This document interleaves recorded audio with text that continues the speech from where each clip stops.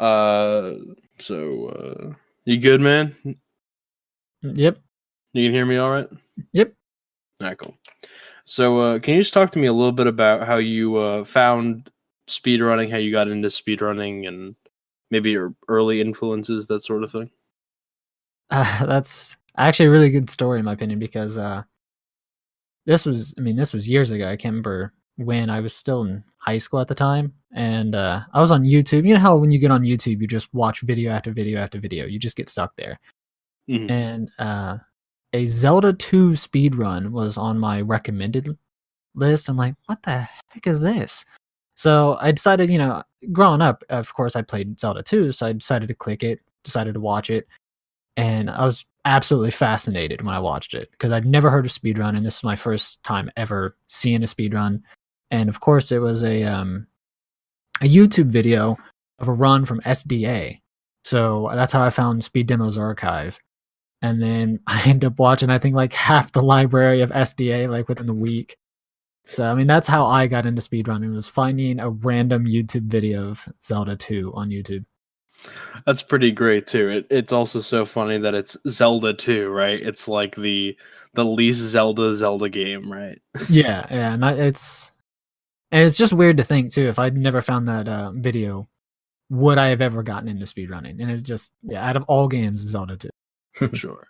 So high school Atroz finds the Zelda 2 speedrun on YouTube. When and what game do you sort of pick up, or do you start looking at for you to consider speedrunning? Because it's a little bit of a jump, I found, from when you start watching speedruns to when you try doing them from yourself. There's definitely a gap there. Yeah, I mean, that was always the hardest thing. And there's always people online asking the question, what game do I speedrun? And of course, I had that same issue. When I wanted to get into speedrunning almost immediately after I found out about it. I was like, this looks super fun. It looks like a great way to play a game that you've played before, but add a new like competitive aspect to it, and just be able to play this game that you enjoy just over and over and over again. And it took me forever to find a game, and I was constantly like, oh, what about this game? And I was like, I don't know. I I think it took me about like 3 years or something like that to finally pick up a game, and the very first game I picked up was A Link to the Past for the Super Nintendo, which, of course, I mean, I found out about speedrunning through Zelda 2, so why not have my first game be a Zelda? Right. And such a blue chip Zelda too. A lot of people a lot of people love Link to the Past. Very very prominent Zelda game. So talk to me a little bit about A Link to the Past. Just briefly talk about it. I mean, how long did you play that? Was sort of your progression there, and then how do you go from playing A Link to the Past to eventually moving over to the Minish Cap? It was actually kind of interesting because with A Link to the Past, Speedruns Live was really, really big back when I started speedrunning, and everybody was doing Master Sword races on A Link to the Past, so that's all I knew for the longest time. I just enjoyed doing the races. So I would just constantly do Master Sword races, and then after a while, I was like, okay, how about we actually learn the whole game? So I learned all of 100% first, because to me, 100% on some games just is a lot more interesting than any percent. So I actually learned 100% on A Link to the Past. I ran that a few times, and there are some RNG issues with getting some of the hearts, and I always lost a ton of time trying to get those heart pieces. So I eventually just gave up on 100%, learned any percent, didn't stick with that very long. I was not good at it. I was still new to speedrunning, so I didn't really understand how much commitment needed to be put into speedrunning to actually get a decent time and get good at the game. I just kind of went into it expecting to be able to be good without putting much effort in. So I think that was the reason why I gave up on Link to the Past. And then I had played Minish Cap casually, I think a couple years before I actually picked it up. And it took me a while to get into Minish Cap as well. I just was looking for another game to play, and I was like, why not just keep it Zelda? Zelda games are great, they're easy to pick up. And at this time, there was no speedrun.com. There was no good leaderboard to go to. The best one was Zelda Speedrun. And so it was really, really easy to pick up Zelda games because you had all of these Zelda games with times and videos and all that. So I had just recently played Minish Cap. I really enjoyed it. So I'm like, how about we try doing Minish Cap? I actually learned the first 2 dungeons, and then it took like 2 years off before I got actually into speedrunning Minish Cap. That's quite a break. No, I actually looked up before we started. I looked up your Speedrun Live profile. You did something like over almost 200 races. I think if I can just interject, there were SRL seasons at one point, and that might have messed up a few things because it says your first race is like 2013, but I know that happened to a few people where they had races before that. Actually, even though you're not technically allowed to, I actually have 2 accounts on Speedruns Live because yeah, I don't know what my account name is. Either Atroz or Zorta. I don't know what my main account is, but before that, it was one of the other ones. And I was actually doing a Minish Cap race of just the first element. And at that time, I had gotten really, really bad times. I think like my best time was like maybe a 21-minute Earth element or something like that, which you can ask quote, that's really, really bad. Yeah, it's a beginner time for sure. Yeah. So I ended up doing a race, and at this time I never recorded or streamed any of my videos because I'm it's not worth it to set all this stuff up because I'm not good anyway. I ended up getting a 19-minute or something like that, but it was still like a minute off the best time on SRL. So they called me on it, and I'm like, well, I don't have any proof. And they're like, well, you're supposed to stream. I was like, well, I didn't. I'm sorry. Just disqualify me. I don't really care too much about the points. They got mad, like super mad about me not streaming it. So they actually put like a special thing on my name where I have to stream everything I do. I'm like, yeah, I'm not doing this. I just made a new account. Damn, the rebel. That's a really great story. Do you remember who the world record holder was, or what the time was when you started really doing Minish Cap runs? Yeah, when I actually really got into it was MB Rules, and he had like a 207 something. I can't remember exactly what the seconds were. Right. It's a 207 something. Cool. Do you know when about that would be? Just started to. I'm opening up the thing as we speak.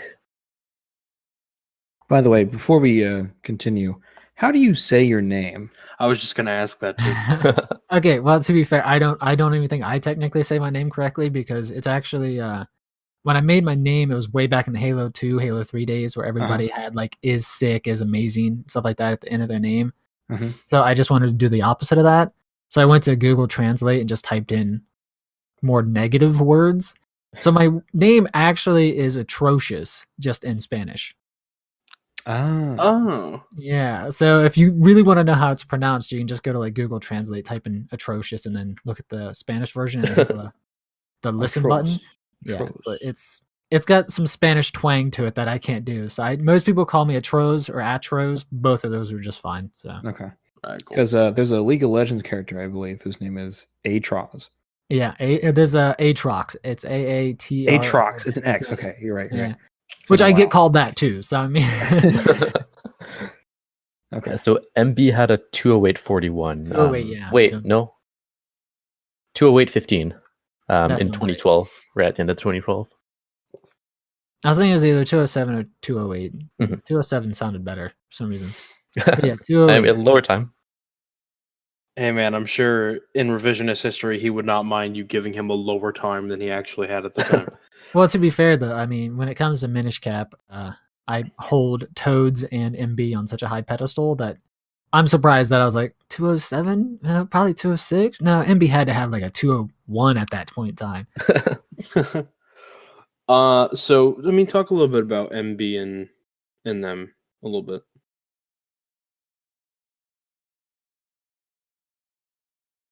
Hello. What would you say? Sorry, I might have cut out there a little bit. No, just talk about them a little bit. I mean, you hold them in a little bit of a high regard. I mean, what do they mean to Minish Cap to you? How about that? Well, when I first started playing Minish Cap, MB was the world record holder, and I think every time like you're playing a game, the world record holder just seems like godly. No matter how well you seem to play the game, their time just seems to be insurmountable. Like it's way out there. There's just no way you can catch it. And when I first started doing Minish Cap, I remember getting like really, really bad times, and I actually used in save states when I first started because something wrong would happen. And no, actually, I'd use the rewind function because I used emulator when I first started. And I'd get mad, like, oh man, there's stupid RNG. And I just like use the rewind function, but I'd keep the time running. It's like my times when I first started was like 230, 240, stuff like that. And MB was way, way ahead of me with 208. But I mean, he'd been playing the game for a while, so it makes sense. But like the more and more my time would go down, the closer and closer I'd get to him, he just seemed to push it further and further away. And so he seemed to be able to, whenever he wanted to, just hop on the game and get a world record like it was nothing, just improve his time like it was absolutely nothing. So he was just one of those people that every time I saw him play the game, I was like, man, he's just so much better at this game than I am. He was the person to beat at the time. I never ever considered myself to be better than him, even when I had the world record. So you sort of had, I know we're talking about, a time where you had a 230, but let's fast forward a little bit because you had a period where your time was dropping, by chunks every couple of days, right? I mean, talk about September to December of, what is this year that I'm looking at? Is it 2014? Is it 2013? 2013? Yeah, because the first time he got the record was December 2013. So okay, thank you, quote. So 2013, that year, it looks like you went from starting in December or September, you had a 207, and then not only just a few months later, 203.30. I mean, that's such a huge jump in such a small period of time. I think it just comes down to, the more and more you play a game, the more you get used to it. Just even the small things, you just get accustomed to it. And it becomes easier to just do everything that needs to be done in a run. Mm-hmm. I mean, I would like to say that there was a bunch of strats that was found or, something like that. But honestly, I think when I first started, the time was kind of bad for what the route was. And that's the reason why I hold Toads in such high regard, because I think his runs are just insanely precise. But no, I mean, I think it was just getting better and better at the game because I played the game. There was one day I think I did like 4 or 5 runs in one day, like 5, like full runs. So I was streaming for like 10 hours just a Minish Cap. And just when you grind out a game that much, you're just going to get better at it. So I think that's all it really was. Is at that time, I was just really, really into Minish Cap. I enjoyed streaming. I enjoyed speedrunning the game. So I played it a bunch. So I remember... Oh, sorry. No, go ahead. Okay. So I remember specifically a few things that you did that like other people didn't do, where like you found a couple of good strats for fights that like we still use today. So that's pretty notable. But you're also one of the few people who like looked at the task and tried to start incorporating strats like that into your run. So what was the practice to like research ratio for strats, I guess? All right, so I'd like to say that I actually didn't watch the TAS and try to incorporate those strats. I always felt dumb when I found like a strat.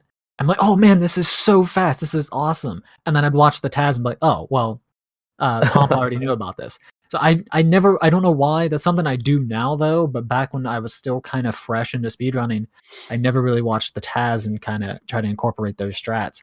But like I said, I just was really, really into Minish Cap at the time. So even when I wasn't speedrunning the game, I was more than likely still playing Minish Cap.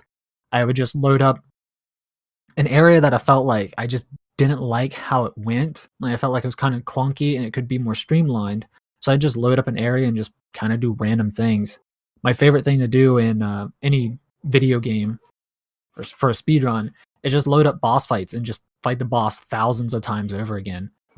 Same with, like item rooms and stuff like that. Just do those over and over and over again and try to see if there's any way you can take off milliseconds. That's how I found the Spiny Chew fight and the Wizard fight, is I just kept on grinding those out because I just enjoyed trying to find new strats for those and all the other bosses. So Do you remember anything specifically about? I mean, we'll talk about your 20211. Do you remember anything specific about that one? I know it was a while ago. If you asked about I think it was at the 20330. I think that one I remember more than the 20211. Right. Well, 20211 was early January 2014. Yeah, honestly, it was like I said, the 203 was so much bigger to me, and I remember that one. The 202 is just I got world record again. It didn't really mean much. Okay. The 203 was huge though, because like I said, I was chasing MB forever, and I don't know if Quo remembers this or not, but I would get close to MB's time within like a minute, and then he'd get a new world record, and that happened I think like 3 or 4 different times. Yeah, where I have that noted down. The world record. And so when I actually got the 20330, I lost my mind. I absolutely lost my mind. I was so happy. I didn't really even care that it was world record. I was just happy to finally have beaten MB. I could say that I, at this point in time, am better than MB at Minish Cap. So I was just super, super happy about that one.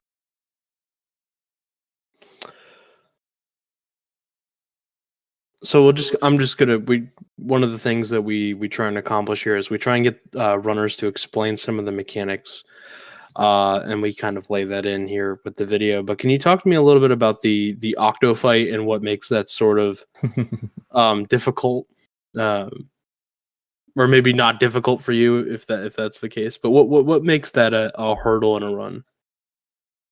I mean, the Octo fight, you're the majority of the way through the game. The Octofight is almost at the very tail end of the game. It's the last dungeon you complete before Dark Hyrule Castle. So after you do the dungeon, you got Octo. There's Palace of Winds in the middle, but oh yeah, Palace. It's been a while. Sorry. Go on, don't worry about it. Either way, you're still like about hour 20 or something like that minutes in. So I mean, you're quite a bit into the run already. And when you get to Octo, he's a nice bit of RNG. So I mean, the first phase of him, he's just going to shoot at you 3 times. You just hold up a shield, or you use your sword and you knock back the boulder that he shoots out at you. And then when he gets hit 3 times, he just goes into a fog state, and just random rocks fall down on you. Which that right there is RNG too, because I've actually died during that phase a few times. That's why I know a lot of people just kind of roam around or just roll around, because if you are rolling, you do have invincibility frames, and then when he comes out of that, you got the second phase, which again is set. So you already know exactly what he's going to do. He's going to shoot, then he's going to try to do a suck attack. He's going to try to suck you in, then he's going to shoot, suck, shoot. So I mean, it's set RNG on the first and second phase. It's a set pattern, so you already know what he's going to do. If you don't mess it up, it's really easy. But the third phase is the big issue, because he can start charging at you, which wastes time instead of him doing an attack. Plus, he can just keep doing the suck attack over and over and over again if he really wants. So the worst you can get is 2 sucks. So like the ideal though is he just sits there and shoots 3 times at you, and that costs. I've never timed it, but like a minute plus, depending on how bad he really does RNG wise, and he can always throw in random charge attacks to add even more time. So when you're a little over an hour into the run, the last thing you really want to do is have to deal with RNG, and that's what Octo is. It's an easy fight, just RNG. It was a great explanation, actually. Thank you very much for that. So let's move back over to runs, and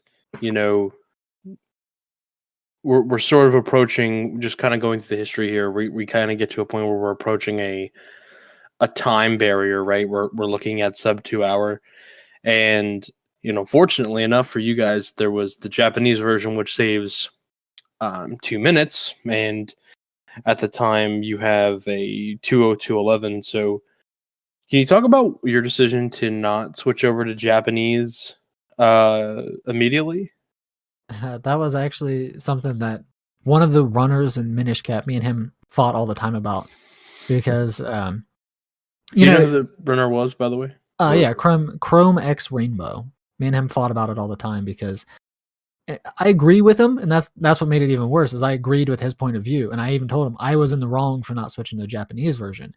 It's just I fought to get towards MB's time for so long, that I didn't want to beat him by using the faster version. So when I got the 20330, it was on English, the English version, because that's what MB was using. And then I actually switched for a little bit after that to the Japanese version, but MB took the time back right away with the English version again. So that's why I got a 20211 on the English version, is because, again, I didn't want to beat his time using the faster version. And then after I got the 20211, I actually did runs on the Japanese version for quite a bit. But even though I got faster times, the runs never felt as good as the English version. Even though they were faster, they just felt like really bad runs. So I'd never submitted them. So me and Chrome fought about that all the time because I was never submitting faster runs to the leaderboard. It was me being stubborn. That's all it was. I just don't like the idea of beating somebody who I think is better than me just because I used a version of the game that's faster, even though the whole point of speedrunning is to use like the faster version and try to, shave off as many seconds as possible. It was just me being stubborn. That was it. Well, it makes sense because it's like the whole competition, right? Yeah, if you're on equal playing field, you don't want to just cheapen your win by taking the easy route. You want to actually do better and be better. Yeah, exactly. That's why I just refused to use the Japanese version until I beat his time. And right after I beat his time, I'd switch to the Japanese version because I know, I'm doing better than him on the English version. Now I can go to the faster version. It's just I didn't want to cheapen that competition. Cool. We definitely had a really great measuring stick in MB who just constantly was running the game and constantly improving his time. So I can see that definitely motivated you a lot. Oh yeah, absolutely. And it's weird to think because like now I speedrun a bunch of Game Boy games that like nobody plays. And after I get world record, I pretty much just quit. I'm just done with that game because there's just nobody there to challenge me. And there's nobody that I'm challenging. So having MB there was a great motivator for me. So you sort of take like this little break in time. It looks like you take a little bit of a break. Maybe you weren't speedrunning and submitting times. Maybe you put the game down altogether. It looks like a few month break. But then you come back in April of that year with a 20130. Is that correct? Quo, is that right? No, that was MB with the 20130. Okay, sorry. So if I'm going off of memory here. This line here is a little confusing. Sorry about that. Okay, no, it's all good. Yeah, so going off of memory, I know you definitely took a break after you did a few runs on the Japanese version. Yeah. And then somewhere during that time, there was the emulator ban. We're not there yet, Quo. No? No, because MB takes the world record from me, and then Chaos Knight takes the world record from him, and then MB takes it back from Chaos Knight. And Chaos Knight's world record was on emulator. Right. And I think MB's, both of the ones that he ended up getting were on emulator as well. Yeah, no, pretty much everyone, like you, MB, I guess there were only 3 people that were getting the records at that point. Yeah. No, everyone was on emulator. So yeah, Chaos Knight took the record from MB by like 9 seconds, but on the Japanese version. Yep. So thoughts on that real quick? Oh man. Well, like I said, I didn't want to use the Japanese version because I didn't want to cheapen the competition. I was actually there. I watched Chaos Knight's run when he got the world record. And it was cool seeing somebody else get the world record. It was cool seeing somebody else competing with me and MB. But at the same time, I just sat there like, but is he actually as good as us? I mean, he just used the faster version. So I was really, again, this was just how I am.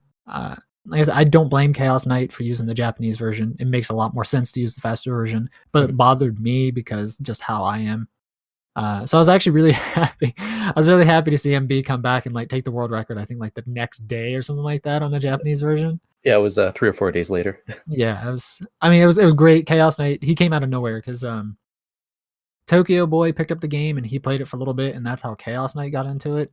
And Chaos Knight just surged up the leaderboard. So it was really cool to see him doing as well as he did. Yeah, and like not to discount Chaos Knight or anything, but there was like a huge power gap between you and MB and like the people in 3rd and 4th place. So Yeah. even just getting to that time was impressive, even on Japanese. So Oh, absolutely, absolutely so. I mean, I never once took the world record away from him. He did an excellent job getting the time he did. Mhm. It was weird for me because it would have been different if he beat him by like over 30 seconds or something, but it was such a minuscule amount of time on a version that we all knew was faster. It's like, yeah, Well, you kind of had that restraint for your own comparison's sake. Like you almost like you had honor among thieves when there is none. You know? yeah. And so I can see that's like totally like lets a little bit of the air out of your balloon, you know? Like here you are, you're holding yourself to the standard and really are improving your time and really are comparing to the best runners. And then someone comes along and beats it with version differences. I can only imagine, you know? Yeah, well, like I said, I mean, I don't blame Chaos Knight for what Sure. he's doing. That's speedrunning. You should be using the faster version. Me and MB were just being dumb for not using it, but Mhm. it worked out really well because I'd like I'd like to be able to see the alternate timeline where that doesn't happen, and I'd like to see when we finally switch to the Japanese version because me and MB were stuck on the English version for so long. But because of Chaos Knight beating MB on the Japanese version, MB finally switched to the Japanese version, and then next thing you know, everybody is playing the Japanese version and nobody's touching the English version. So it actually helped out getting us to transition finally. So Quo said it earlier. We can talk a little bit about it now. At some point, the community decides to ban emulators.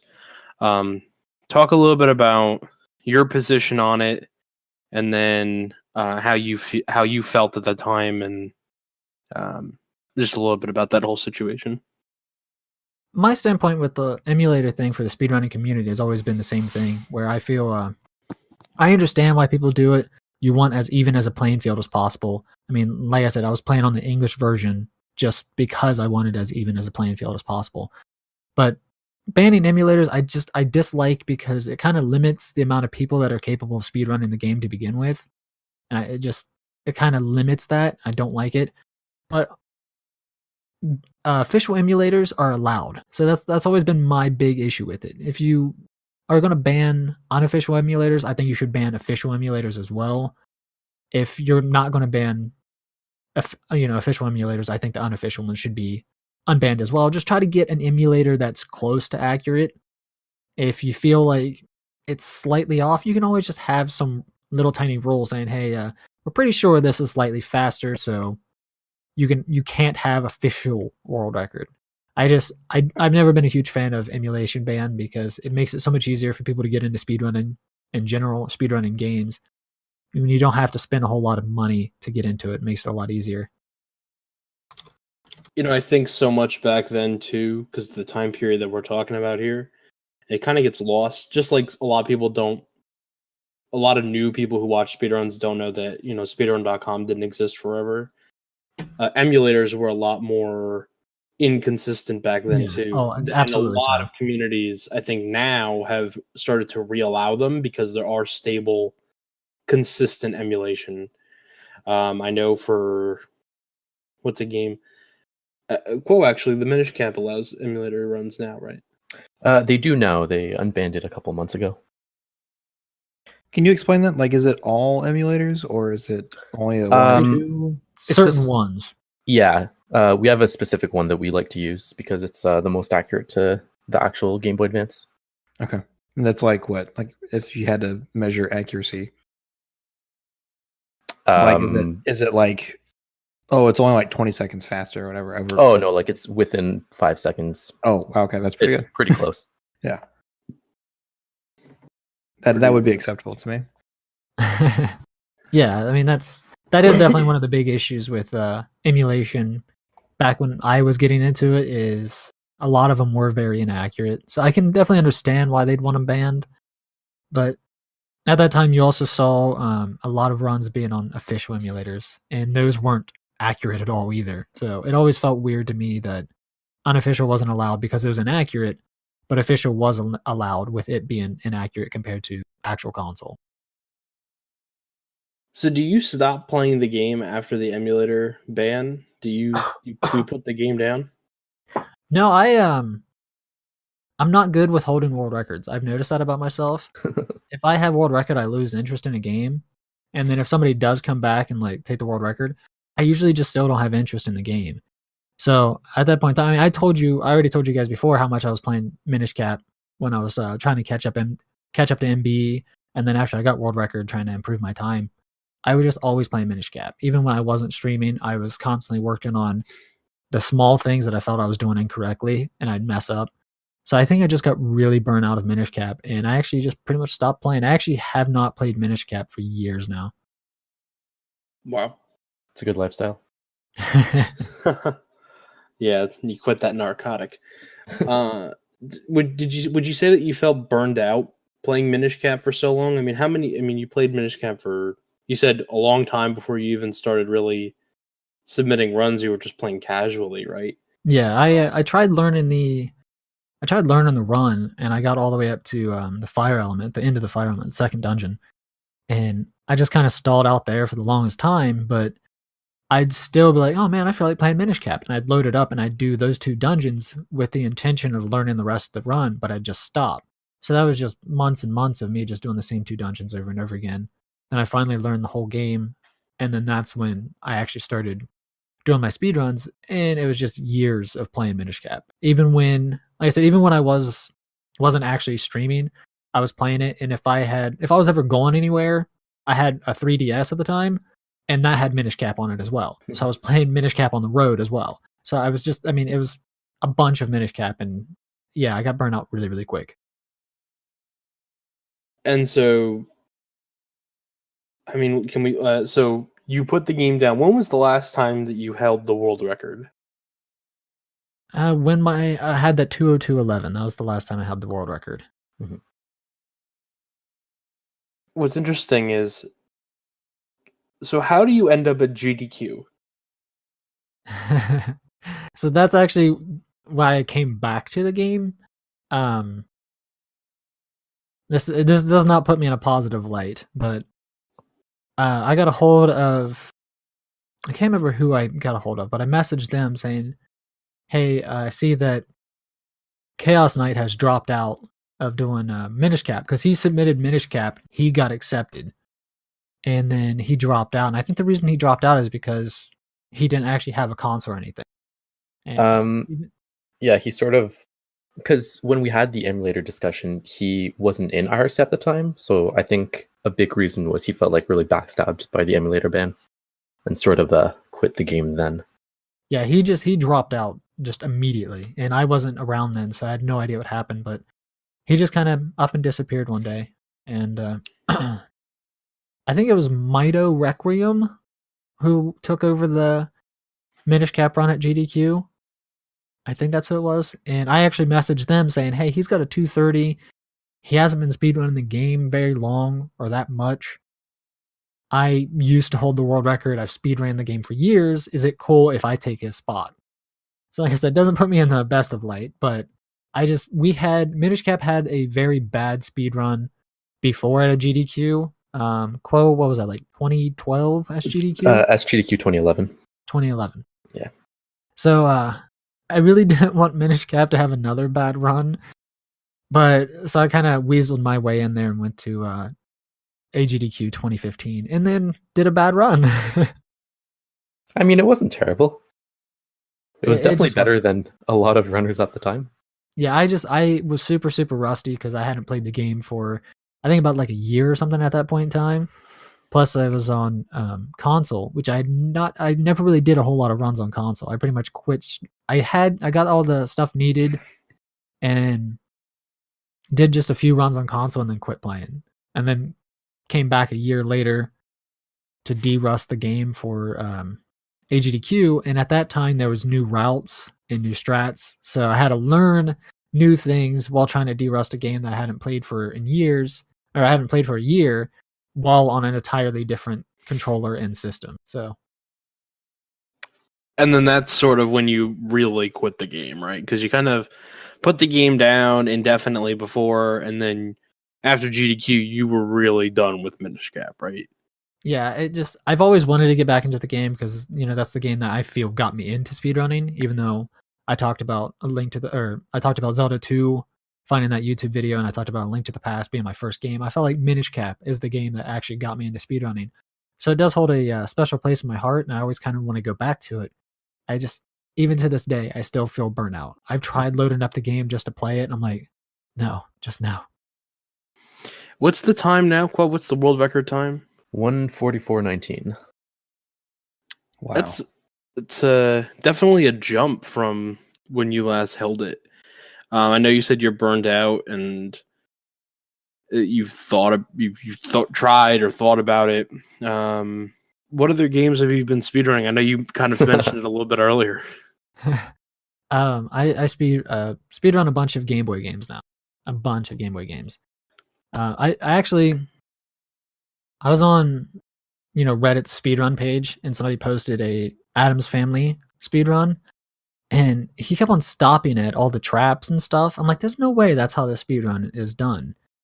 So I just wanted to see if I could learn the game and beat his time within an hour. And I was able to, and I found out that I absolutely really loved Addams Family speedrunning. It's a very short game. I actually have the world record. If I recall correctly, it's like 1 minute 19 seconds. Wait, so it took you an hour to get the record in that game?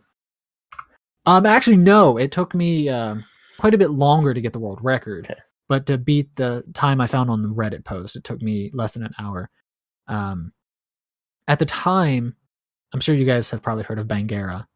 He's a well-known name in speedrunning community. But he held the world record for Addams Family. He had it for years. And I just got really into Addams Family. And I just thought it was a really, really fun game. So I started speedrunning that and just grinding it down, and eventually ended up getting the world record on that. And that led me to get into the Game Boy community because I kept on sending messages to Bangera over Twitter. And he eventually was like, hey, we have a Game Boy community if you just want to come here on Discord and hang out and talk. I'm like, okay. And that's how I got to know all those guys and started speedrunning Game Boy games. So that's pretty much all I do now, speedrun-wise, is just random Game Boy games that I come across that I just think are a good time. I just speedrun those. I don't know why. Oh, sorry. Go ahead. This is a little bit of an anecdote, but I don't know why I know this, but I think that Bangera has the world record for Lassie for the PlayStation 2. I'm looking that up to make sure that's true. All right, sorry, I go ahead. wouldn't be surprised. Bangera plays. I just looked it up. Yes, he does. He has first place Lassie for PS2. He has a bunch. He might be the only run too. Yeah. There's actually a copy. There's actually an SDA video Bangera submitted. He's doing like a puzzle game, and he solves it in, I think it's like 0.1 second or something like that, and it's on SDA. Is it Clue? No, it's some random puzzle game. I'd have to ask him about it because I don't know how we got on the topic, but we were talking about it one day. I think we might have been talking about SDA, and he showed me this random video he has on SDA of him solving like a puzzle game in a second. I was like, what? Why is that on SDA? It was a good run though. I mean, when you can beat a game in like 0.1 second, it's a good run. I guess we'll start wrapping up. We're almost done here, but I guess one of the last things I want to ask is, if you were to have your time characterized that you ran the game, like from the time that you ran the game, lowering your time, world records, how do you want your time speedrunning the Minish Cap to be remembered? If you could basically write your own, epithet, what would it say? See, Epitaph, honestly, rather. That's just a weird question to me because I never felt like I think a lot of people in the Minish Cap community know who I am, which I think is weird because I never really felt that I was that good at the game. Even when I held world record, I always thought MB was better than I was. So I think the only reason I ever had world record was because MB just kept on taking breaks. So I mean, as cool as it is that, I did have world record in a game like that. I really don't expect anybody to put much credit to my name. Like I said, for me, MB was somebody I always had on a pedestal. So I just every time I beat him, as much as the 20330, as much as it just was amazing to me, as much as I love that, I still felt like MB would have never let that happen if he hadn't been taking the constant breaks that he was. So to me, So you sort of feel like you're a victor of circumstance a little bit. Yeah, because like I said, when I kept on getting closer to MB's time, he'd push it further and further away. And then when I finally got the world record, he hadn't played for a while. So I think if he was, constantly grinding at the game, the time would have been way, way lower than what I got. Well, I think I'm good. Do you guys have anything that you want to ask him, or? I mean, we spoke a lot about MB, but Tozu came in closely after, and I think you were still around when he was getting good. I think said, go ahead. Yeah, you said that you held like MB and Toads on a pedestal. So like, why would you say that Toads was like as good as MB? Not like not bashing on Toads, obviously, but like.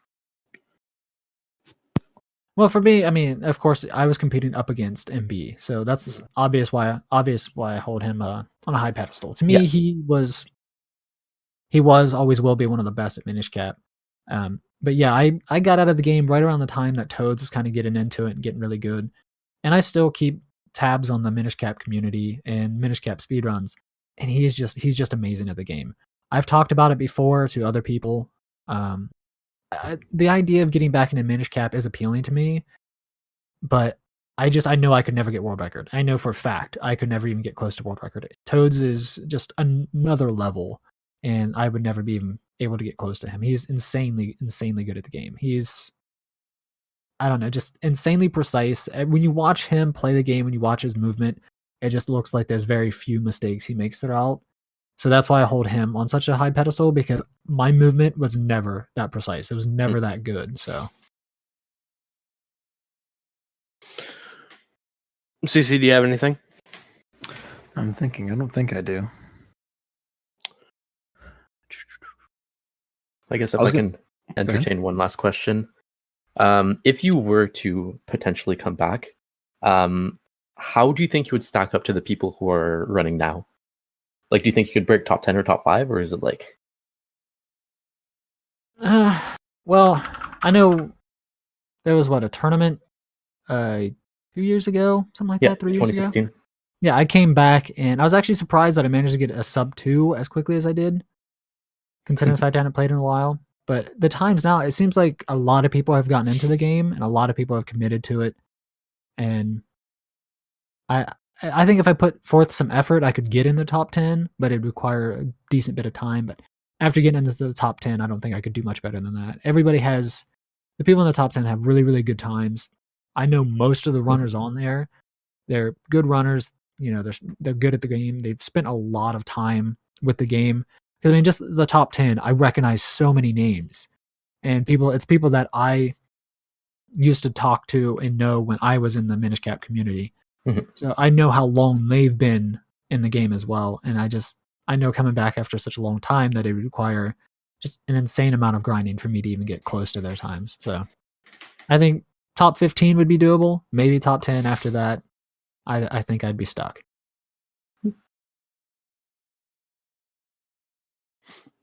All right. Okay. Well, thank you for your time, man. I mean, this was a lot of fun, and